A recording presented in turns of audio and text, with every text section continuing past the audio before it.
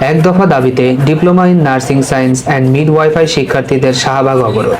Nursing শিক্ষায় বৈষম্য ও অবমূল্যায়নের কারণে সৃষ্ট জটিলতা নিরসন এবং ভবিষ্যৎ অনিশ্চয়তা দূর করতে diploma in nursing science and midwifery ও ডিপ্লোমা ইন মিডওয়াইফারি কোর্স দুটির সনদের মান স্নাতক কোর্স সমমান বরাবর করার দাবি জানিয়েছেন শিক্ষার্থীরা। রোববার 20 এপ্রিল রাজধানীর জাতীয় প্রেস ক্লাবের সামনে এ দাবিতে তারা মানববন্ধন কর্মসূচি পালন করছেন।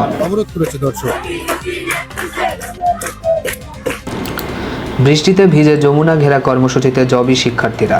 70% আবাসন ভাতা, বাজেটে বরাদ্দ বৃদ্ধি এবং সব প্রকল্পে অগ্রাধিকার দেওয়ার 3 দফা দাবিতে আন্দোলন চালিয়ে যাচ্ছেন জগন্নাথ বিশ্ববিদ্যালয়ের শিক্ষার্থীরা। দাবি আদায় না হওয়া পর্যন্ত অনড় অবস্থান, সতর্ক অবস্থানে রয়েছে পুলিশ।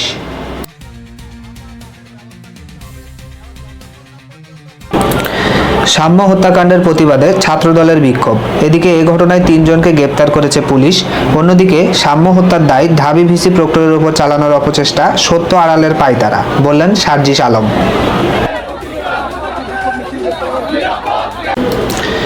ডক্টর জুবাইদা রহমানকে জামিন দিলেন হাইকোর্ট। জ্ঞাত আয় বহির্ভূত সম্পদ অর্জনের মামলায় 3 বছরের কারাদণ্ডাদেশের বিরুদ্ধে বিএনপির ভারপ্রাপ্ত চেয়ারম্যান তারেক রহমানের স্ত্রী জুবাইদা রহমানের আপিল শুনানির জন্য গ্রহণ করেছেন হাইকোর্ট। একই সঙ্গে আপিল নিষ্পত্তি না হওয়া পর্যন্ত তাকে জামিন দেওয়া হয়েছে। বিচারপতি মোহাম্মদ খসরুজ্জামানের একক হাইকোর্ট বেঞ্চ আজ বুধবার এ আদেশ দেন। বিচারিক আদালতের ওই মামলায় জুবাইদা রহমানের দেওয়া অর্থাদণ্ডাদেশ স্থগিত করা হয়েছে। পাশাপাশি বিচারিক আদালতের নথি তলব করেছেন হাইকোর্ট।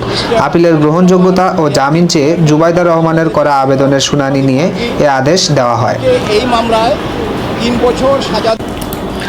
জামায়াতের নিবন্ধন ও প্রতীক ফিরে পেতে আপিল রায় 1 জুন। রাজনৈতিক দল হিসেবে নিবন্ধন ও দলীয় প্রতীক ফিরে পেতে জামায়াত ইসলামীর করা আপিল মামলার রায় ঘোষণা হবে আগামী 1 জুন। বুধবার 14 মে দুপুরে প্রধান বিচারপতি ডক্টর সৈয়দ রেফাত আহমেদের নেতৃত্বে সুপ্রিম কোর্টের 4 সদস্য বিশিষ্ট আপিল বেঞ্চ এদিন ধার্য করেন।